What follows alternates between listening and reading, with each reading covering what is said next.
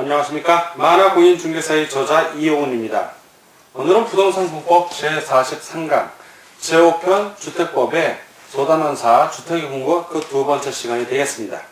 자, 주택의 공급하고 관련해서 관련된 규정 저번 시간에 이어서 이번엔 모집 공고 이후의 사업주체 의무입니다. 이건 주로 등기하고 관련된 부분인데, 자, 사업주체가 우리 처음에 저번 시간에 그랬던 과정에서 보면 맨 처음에 사업주체가 주택법에 의한 주택이나 대지를 조성하는 경우가 있고, 주택을 건설하거나 또 하나는 조합이 하는 경우가 있었습니다. 조합.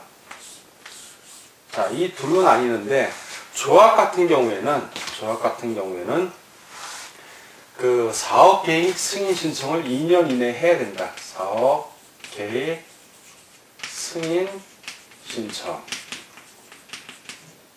승인권자가 해야 되고, 시군구청장에게.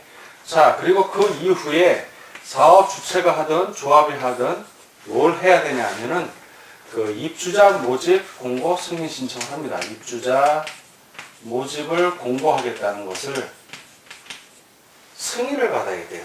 자, 그래서 승인 신청을 합니다. 물론 공공으로 개발하는 경우, 국가나 지자체, 한국토지주택공사, 지방공사 같은 경우에는 이 승인 신청을 하지 않고 바로 승인을 하죠. 자, 이런 경우에 조합 같은 경우는 요 승인 신청일 요날부터고, 사업주체 같은 경우, 물론 사업주체가 하는 경우에는 입주자 모집 승인 신청 1 요날부터입니다. 자, 요날부터 언제까지? 일정 기간까지. 자, 요 기간까지는 뭐가 금지되냐면 주택하고 그 주택에 대한 대지에 대해서 소유권 이전 등기를 신청할 수 있는 날. 자, 여기가 언제냐면 소유권 이전 등기를 신청할 수 있는 날 플러스 60일까지. 그게 그날이에요. 이날이 60일. 이날까지는 뭘 할 수 있다? 저당권 같은 이 제한물권을 설정할 수 없다는 얘기예요. 여기도 마찬가지. 사업주체가 바로 하는 경우에는 요게 이렇게 적용이 되는 거고, 주택조합 같은 경우는 사업승인 신청일부터 적용이 되는 거예요. 그 말이 이 말이에요, 지금. 여러분들 교재에 있는 말이. 자, 이 얘기는 뭐냐 하면, 입주자 모집 공고 승인 신청 받고, 모집하고, 그리고 건설에서 다 완료 사용검사 받았어요. 사용검사 받으면, 사업주체는 뭘 해야 되냐면, 소유권 보존 등기를 해야 돼요. 건물을 보존 등기해야 될 거 아니에요. 그럼 보존 등기 하고 나서, 각각이 갖고 있는 사람들에게 이전 등기를 해주는 겁니다. 건물의 이전 등기 해주는데, 소유권 이전 등기라는 게 내게 되는 거예요. 그때부터 각각 자기께 되는 겁니다. 자, 이 소유권 이전 등기를 신청할 수 있는 날까지로 안 하고 왜 60일이라는 시간을 주냐? 그 날부터 60일 안에 이전 등기 받으라 이 얘기예요. 왜 받을 시간은 줘야 될 거 아니야. 그래서 그날까지는 이전 등기가 다 완료되고, 요 60일이 지나서, 이제 60일이 지나서는 그때부터 저당권 설정 등기 가능합니다. 그러나 요때는 못해. 그래서 뭘 하냐면, 요 사이에 소유권 이전 등기를 신청할 수 있는 날 전에 이제 보존 등기를 합니다. 소유권 보존 등기를 하면, 요 보존 등기를 할 때 부기 등기를 해요. 부기 등기를 할 때 반드시 사업주체가 부기 등기 해야 돼요. 무슨 부기 등기를 하냐면, 간단해요.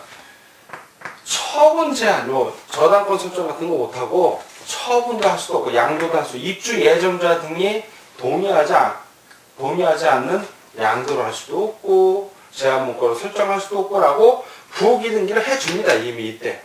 그래서 언제까지? 소유권 이전 등기를 신청할 수 있는 날부터 60일까지는 못합니다. 라고 부기 등기를 해주는 거예요. 그래서 이 저당권 설정 등기를 할 수가 없는 거예요. 요걸 여러분들 알고만 계시면 돼요. 이거를 입주 예정자가 자기가 등기한다? 그런 거 아니에요. 이건 법에 이렇게 규정이 되어 있기 때문에 자동적으로 저당권 설정 등기가 안 됩니다. 그러나 항상 이런 원칙이 있으면 예외가 있죠. 예외. 저당권 설정 등기를 할 수 있는 경우가 있는 거야. 어떤 경우겠어요? 생각을 해보세요. 여러분이 입주자야. 돈이 모자라. 대출 받아야 되잖아. 그 경우에 가능한 거예요. 아, 뭔가 필요 올 거예요. 자, 어떤 경우냐면 해당 주택에 대해서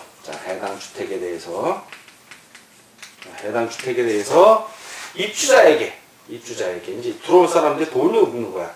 입주자에게 주택 자금, 구입 자금의 일부를 융자 목적으로, 자,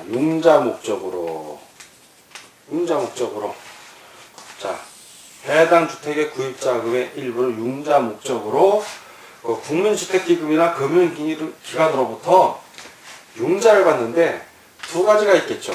하나는 건설할 때 받는 경우가 있어. 건설하는 사람이 그 융자 목적으로 받아서 주는 경우가 있어. 그래서 이때는 주택 건설 자금을 융자받는 거예요.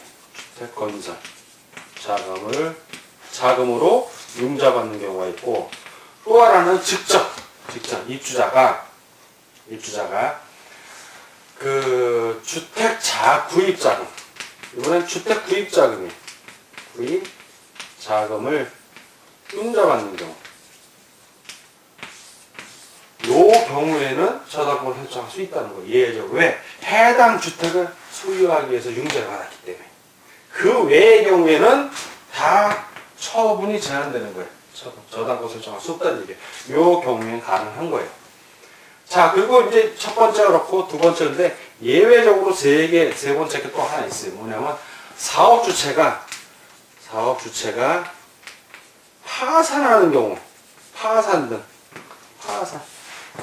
뭐 합병된다든가 분할된다든가 등록마서 영업정지 이런 사유로 사업을 시행할 수 없게 됐을 때, 또는 돼서 사업주체가 변경되는 경우에는 그때는 등기를 할 수 있는 거예요. 저당권 설정 등기 같은 거. 처분 제한 등기가 아니라 새로 변경되는 사람으로 넘어갔으니까. 자, 이렇게 주택 건설 자금을 융자 받았어. 근데 사업 주체가 파산하거나 새로 변경이 돼서 다른 사람에게 합병이 된다. 그러면 이 사람에게로 이게 이전이 되는 거예요. 요 때는 된다는 거예요. 요 세 가지 경우만 되고, 그 외의 경우에는 된다, 안 된다? 안 된다라는 얘기입니다. 이 얘기가. 이건 사업 주체라고 얘기지, 사실 실무에 있어서는 우리 이거 몰라도 돼요. 그냥 법에서 다 규정한 대로 가는 거라고. 그러나 공인중개사라면 이 정도는 알고 있어야 되는 거예요. 왜? 여러분들 주택 정비사업이나 도시민 주거환경 정비사업, 아니면 이 주택 공급 관련된 이런 조합들의 사업에 대해서 여러분들이 혼이 깨고 있어야 나중에 이게 중개할 대상인지 아닌지 구분할 수 있어요. 워낙 법령의 변화가 심하기 때문에 어떤 때는 중개 가능하다가도 어떤 때는 중개가 안 될 때가 있어요. 그리고 또 풀릴 때가 있고. 그래서 이 과정을 전체적으로 알고 있으면 가능한 겁니다. 근데 모르면은, 모르니까 나 안 해. 이럴 순 없잖아요. 모르면 공부해서 알아야죠. 자, 이제 요 과정은 좀 넘어가고, 이제 투기과열지구 같은 것 좀 알아볼게요.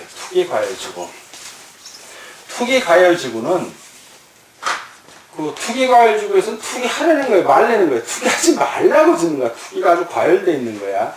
자, 그러면 투기과열지구에 과열된 지구니까, 이 지구는 양도나 매매 같은 거에 대한 그걸 마음대로 못하게 규정을 하겠다는 거예요. 일단 그 말뜻을 알아야 돼. 자, 투기과열지구는 어느 한 지역에만 해당해도 전국적인 겁니다. 그래서 투기과열지구를 지정할 수 있는 사람이 둘이에요. 하나는 국토해양부 장관도 할 수 있고, 또 관할 구역 안에 있는 거에 대해서는 시도지사도 할 수 있어요. 둘로 나뉘어요. 자, 시도지사. 투기과열지구를 지정할 수 있습니다.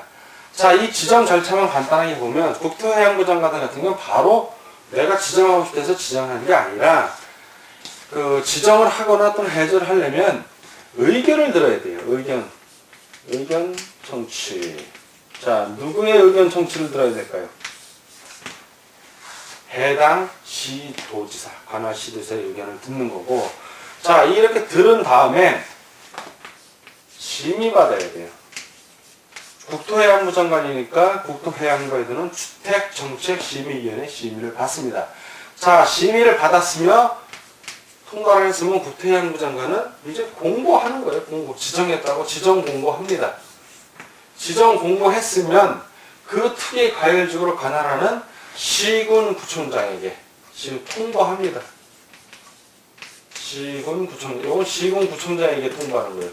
왜? 의견은 이건 시도지사한테 의견을 청취를 받았기 때문에 그래야 시군구청장이 또 공고에다가 게재를 할 겁니다. 자, 시도지사 같은 경우에는 본인이 하고 싶다 해서 마음대로 하는 게 국토해양부 장관의 전체적인 국토 전반에 대한 얘기를 들어야 되니까 시도지사 같은 경우에는 바로 국토해양부 장관하고 협의를 해야 돼요. 협의. 누구하고 협의한다? 국토해양부 장관하고 협의를 하는 거예요. 그래서 심의받아야 돼요.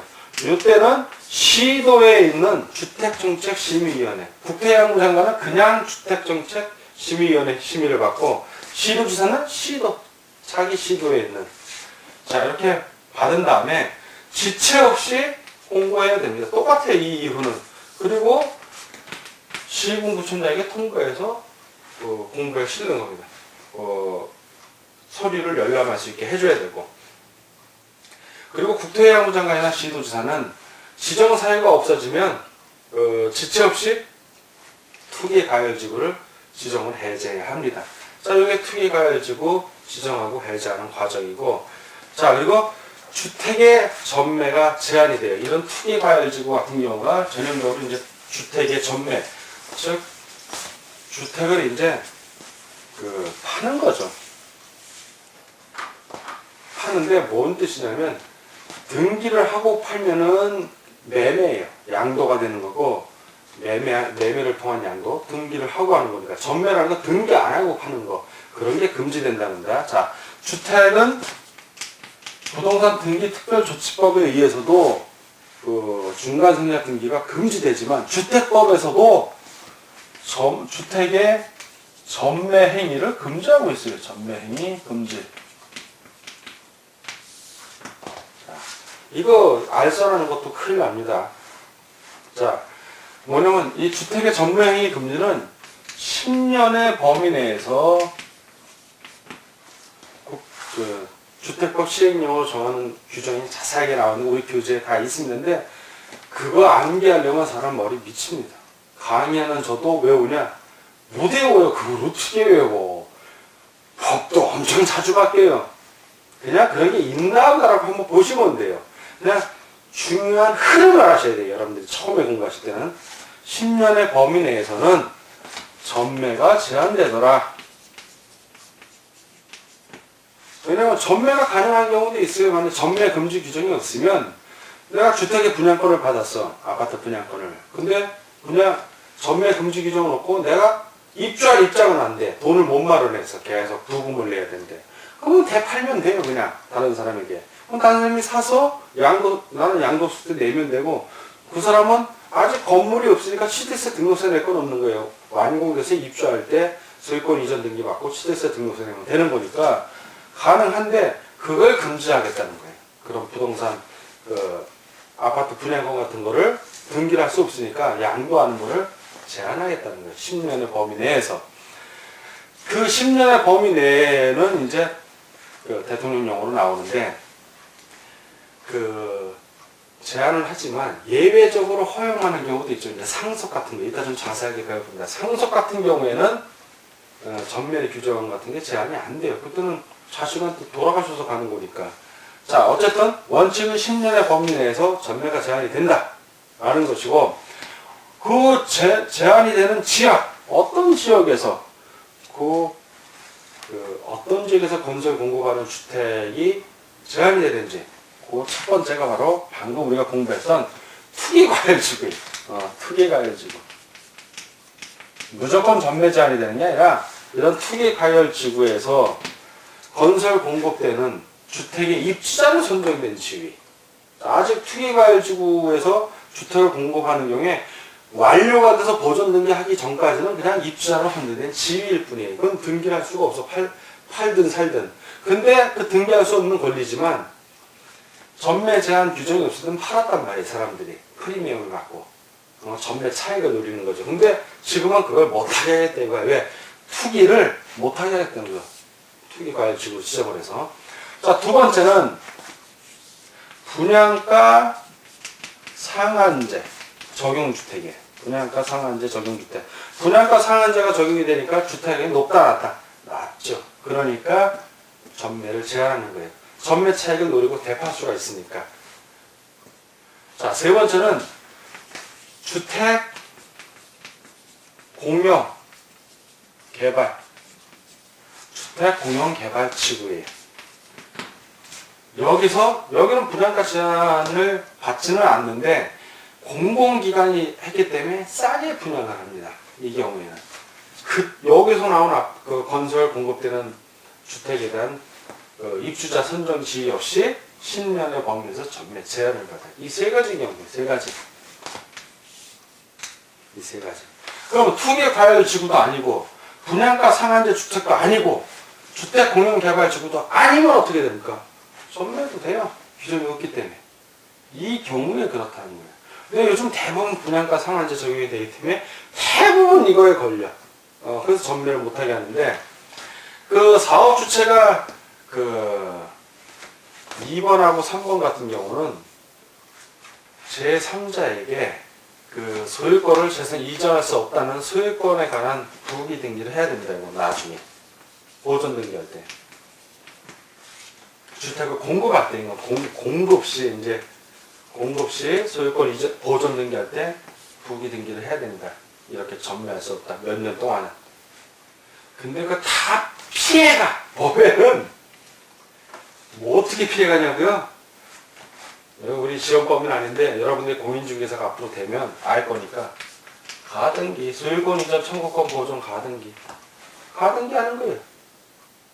10년 후에 사겠다고 가등기 하는 거, 10년 후에 소유권 이전 등기 받겠다고 가능하잖아요. 가능합니다. 가등기가 걸려있는 물건은 함부로 안 사니까 사람들이. 자, 넘어가고 요 주택 공용 개발 지구는 이따 따로 설명을 할 거예요. 이따 따로 그러니까 간단하게 설명하면 주택을 공적인 기관에서 개발하는 지구야. 주택을. 공적인 기관에 뭐가 있겠어요? 늘 말하는 거 있잖아. 국가, 지방자치단체, 한국토지주택공사, 지방공사, 국제한지가 하는 거예요. 근데 그거는 국토해양부 장관이 요 지구로, 주택공용개발지구로 지정한 여기서만 가능한 거예요. 그렇게만 아시면 됩니다. 이따 다시 한번 설명을 하니까. 자, 이렇게 주택 전매 행위를 금지하는 기간이, 규정이 있는데, 설사 이렇게 전매 제한이 되는 이 지역이라 하더라도, 전매 제한을 받지 않는 예외적인 경우가 있어. 그게 또 시험 문제 나오는 거예요. 어떤 경우가 예외냐면, 예외적인 경우니까 전매가 불가피하다고 인정되는 경우로서, 조건이 일단 중요해요. 사업 주체의 동의를 받아야 돼. 사업 주체가 동의한 경우. 자, 전매가 불가피하다고 인정이 됐기 때문에 대부분 사업 주체가 동의해 줍니다. 동의 신청서를 내라는 얘기지. 그러니까 불가피하게 주인이 바뀌니까, 입주자 지위 선정권이 바뀌니까 동의해 주십시오. 신고하라는 얘기예요. 그럼 다 동의해 줄 테니까. 자, 어떤 경우냐 하나씩 보면은, 첫 번째는 세대주 포함해서요. 세대원이 생업상의 사정이나 먹고 사는 것 때문에, 또는 질병, 취학, 공부 등이죠. 결혼, 이런 이유로 세대원 전원이 다른 시군으로, 광역시나 다른 시군으로 가는 경우에 됩니다. 다만 수도권으로 이전하는 건 제외돼요. 두 번째, 상속받아서 세대원 전원이 이사가게 생겼어. 그런 경우도 된다는 얘기입니다.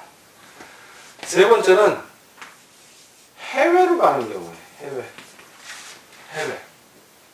세대원 전원이 해외로 이주하거나 2년 이상 해외에 거주하게 생겼어. 그런 경우에도 전매를 허락해 준다는 얘기예요. 동의만 받으면.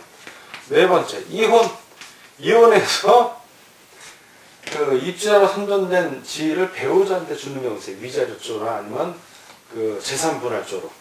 그런 경우에도 사업주체가 동의하면 가능하다는 얘기입니다. 그리고 이제 다섯 번째로는 이제 공공사업을 하는 경우에 이주 대책을 만들어 주잖아요. 그 이주 대책령으로 공급받는 경우로서 시국조정이 확인하는 경우에도 가능합니다. 이주 대책. 그리고 그 여섯 번째는 1하고 3이에요. 자, 1하고 3. 생업 뭐 이런 거, 해외 이런 경우인데 그 소유자가 채무를 제대로 이행을 못해서 국가라든가 그 지방자치단체, 금융기관에 대해서 채무를 이행하지 못해서 경매 또는 공매로 주택이 넘어가는 거예요. 그 경우도 사업주체가 동의하면, 왜 사업주체 입장에선 자금을 확보해야 되니까 팔아도 되는 거예요. 어차피 그 돈을 계속 내야 되니까 그 사람 입주를 하려면 분양 대금을 내야 되잖아요. 그런 경우. 그리고 입주자로 선정된 일부를 이제 배우자한테 증여하는 거예요. 배우자에게 증여하는 경우. 이런 경우도 사업주체 동의를 받으면 가능합니다. 자, 그리고 전매 행위, 이건 예외니까 허락을 받아서 가능한 경우들이고, 일반적으로 양도나 매매, 뭐 증여하고 안 되는데 증여를 했어. 즉 전매 행위 금지를 했는데 전매를 해버린 거예요. 전매를 하면 이거 벌 줘야 될 거 아니에요. 자, 이럴 때 전매제한 위반을 했을 때 어떤 조치를 취해야겠죠. 전매제한 위반을 했을 때 조치. 자, 그 조치는 간단해요. 첫째는 분양가 상한제 공급질서 교란행위 금지하고 똑같아요. 전매 행위 금지인데 이걸 위반하면 공급질서 교란행위하고 거의 준해서 나옵니다. 첫 번째는 그 사업주체가 주택을 취득해요. 사업주체가 주택을 취득하게 합니다. 왜? 그게 무효야. 이걸 무효로 만들어버린 거야. 전매 행위를 무효로 만들어버리고 사업주체가 주택을 취득하게 해버립니다. 어떻게? 산 사람에게 돈 주면 돼요. 이미 납부된 입주금하고 그 이자 합산한 것을 주면 돼요. 주고 무효로 만들어버리는 거예요. 입주자 선정지를 무효로 만들고 사업주체가 주택을 취득합니다. 그리고 이렇게 취득한 거는 다시 입주자 모집 공고에서 받으면 되는 거예요. 자, 그리고 입주자로 선정된 지위 또는 이런 거 알선을 하면 전매하거나 아니면 그런 전매를 알선하면은 똑같아요. 3년 이하의 징역 또는 3천만 원 이하의 벌금에 처해집니다. 무서운 거예요. 그거 하면 안 됩니다. 자, 아까 설명한 대로 주택공용개발지구에 대한 설명을 하겠어요. 주택공용개발지구는 누가 지정하냐면 국토해양부 장관이 지정한다. 이거 국토해양부 장관이. 국토해양부 장관이 투기과열지구에서 조성되는 그 공공택지 중에서 주택에 대한 투기가 성행할 우려가 있거나 또는 공공택지의 공급 규정을 좀 강화 적용하기 위해서 지정을 합니다. 그 지정하는 건 그냥 지정하는 건 아니고 항상 주택정책심의위원회 심의를 받은 다음에 지정을 하는 겁니다. 그래서 지정한 다음에는 바로 관보에 고시하고 시도지사에게 통보를 해야 돼요. 그러면 지정을 하면 어떤 효과가 있냐? 자, 지정을 하는 순간 주택공용개발지구에서 주택공용개발이 대상이 되는 주택 그걸 건설 공급하기 위해서 공급되는 이제 공공택지 같은 경우는 무조건 공공기관에게 양도해야 돼요. 자, 여기서 말하는 공공기관은 누구다? 국가, 지자체, 한국토지주택공사, 그리고 네 번째 지방공사. 이 국지한지가 주택공용개발지구에서 개발되는 공공택지는 이들이 다 양수받아야 돼요. 이들에게 양도해야 돼요. 그리고 이들이 직접 뭐 한다? 주택을 건설 사업을 해야 된다. 이들이 직접 시행해야 돼. 직접 본인들이 시행하고 본인들이 분양하면 되는 거예요. 이 사람들이. 그러면 공적인 개발이 되니까 그렇게 해야 됩니다. 그러면 국가, 지자체, 한국토지주택공사, 지방공사에서 하니까 그만큼 공적으로 개발이 되니까 국토해양부 장관이 정한 규정대로 주택을 싸게 국민에게 보급할 수 있는 겁니다. 자, 오늘은 그 주택의 공고 2, 부동산 공고 43강이었고, 그 모집 공고 후 사업 주체 의무에 갖고 그 입주자 모집 공고 승인 신청일 또는 주택조합의 경우에는 조합 설립 사업 계획 승인 신청일, 사업 계획 승인 신청일부터 해갖고 소유권 이전 등기를 할 수 있는 날부터 60일까지는 뭐 할 수 없다? 처분 제한 등기를 할 수 없다라는 걸 배웠고, 그 다음에 투기 과열 지구를 지정하는 것, 뭐 해제하는 것, 그걸 배웠습니다. 그리고 주택의 전매 행위 금지에 대한 규정을 우리가 살펴봤고, 마지막으로 주택 공용 개발 지구가 어떤 곳인지, 거기서 누가 지정을 하고 국장이 지정합니다. 그리고 어떤 효과가 있는지를 배웠습니다. 자, 오늘 공부하느라고 수고하셨습니다. 다음 시간에 뵙겠습니다. 감사합니다.